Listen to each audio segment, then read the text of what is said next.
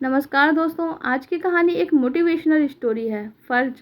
प्रकाश, कुछ दिनों से मैं तुम्हारे रुपए लौटा दूंगा। बहन की शादी आ रही है। बचाए हुए रुपए बेटे की बीमारी में खर्च हो गए, वरना मैं तुमसे कभी नहीं। अरे लौटाने की बात नहीं है भाई, सच में इस वक्त बड़ी रकम मेरे पास नहीं है। बिजनेस में भी घाटा हो रहा है। तो मित्र दिनेश की बात पूरी होने से पहले ही प्रकाश ने अपनी स्थिति से अवगत करा दिया। दिनेश ने एक नज़र उसके बड़े से घर पर डाली और निराश होकर वहां से चला गया।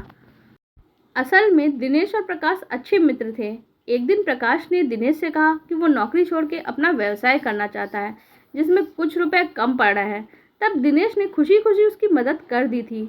अब कुछ महीनों में प्रकाश को मुनाफा होने लग गया, तो उसने दिनेश को रुपए वापस कर दिए। कुछ समय के बाद एक बड़े घर में वो शिफ्ट हो गया। उसने अपने बेटे के जन्मदिन पे दिनेश को बुलाया। दिनेश के हाथ में छोटा सा उपहार देख के उसकी पत्नी ने, रंजना ने, नाक भौं सिकोड़ ली और पार्टी खत्म होने के बाद में वो प्रकाश से बोली, अब बड़े लोगों के बीच हमारा उठना बैठना होता है। दिनेश के कारण हमारी नाक नीची हो जाएगी।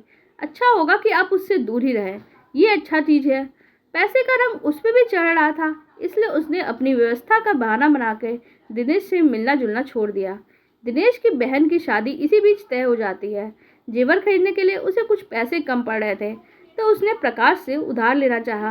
रंजना ने प्रकाश को ना देने के लिए इशारा कर दिया, तो प्रकाश ने बहाना बना दिया कि उसके पास रुपए नहीं है। दिनेश का उतरा हुआ चेहरा देख के उसकी पत्नी राधिका सब समझ गई। गुस्से में बोली, आप तो उसके वक्त पे काम आए थे, लेकिन वो। प्रकाश के व्यवहार से उसे भी बहुत दुख हुआ था, लेकिन जाने दो, भगवान कभी किसी को अकेला नहीं छोड़ते, वो जरूर मदद कर देंगे। इतना कहकर उसने अपनी पत्नी को शांत तो कर दिया। एक दिन दिनेश अपने सहकर्मी को देखने अस्पताल गया। रिसेप्शन पे उसने देखा प्रकाश स्टाफ के सामने हाथ जोड़ के गिड़गिड़ा रहा था, मैडम आप चाहे जितना भी पैसा ले लीजिए, लेकिन मेरे बेटे को बचा लीजिए। वह दौड़ के वहां गया। प्रकाश को शांत करते हुए स्टाफ से पूछा, क्या बात हो गई। स्टाफ ने संक्षेप में बताया कि इनके बेटे का एक्सीडेंट हो गया है और बच्चे का ब्लड ग्रुप हॉस्पिटल में क्या आसपास के ब्लड बैंक में भी नहीं है। हम लोग कोशिश कर ही रहे हैं। तो फिर क्या हुआ, मेरा ब्लड ले लीजिए, मेरा ब्लड ग्रुप ओ पॉजिटिव है, दिनेश तपाक से बोला और प्रकाश को आश्वासन देकर स्टाफ के साथ जांच के लिए चला गया। ब्लड मैच होते ही नर्स ने उसका ब्लड ले लिया और प्रकाश के बेटे को चढ़ा दिया।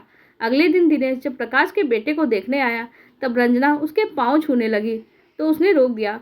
अरे भाभी, ऐसा मत कीजिए, मैंने तो बस अपना फर्ज ही निभाया है। मुझे माफ़ कर दे मेरे भाई। पैसे के अहंकार में मैं ये भी भूल गया था कि पैसे से हम जिंदगी नहीं खरीद सकते। अगर आज तुम नहीं होते तो। इतना कह के प्रकाश रो पड़ा। तभी राधिका भी वहां आ गई। रंजना ने उससे भी हाथ जोड़ के माफ़ी मांगी। रोहन के स्वस्थ होते ही प्रकाश ने न सिर्फ दिनेश की आर्थिक मदद की, बल्कि परिवार के साथ उसके घर जाकर शादी को भी अटेंड किया। कुछ दिन के बाद प्रकाश को रुपए लौटाते हुए दिनेश बोला, भाई तुम तो वक्त पे काम आ गए, वरना मैं तुम्हारा यह एहसान कभी भूल भी नहीं पाता। एहसान कैसा, गीता मेरी भी तो बहन ही है, मैंने तो बस भाई का ही फर्ज निभाया है। रुपए वापस करते हुए प्रकाश बोला और अपने मित्र को गले लगा लिया। आप लोगों को हमारी ये भावनात्मक और मोटिवेशनल कहानी कैसी लगी कमेंट सेक्शन में ज़रूर बताइएगा। धन्यवाद।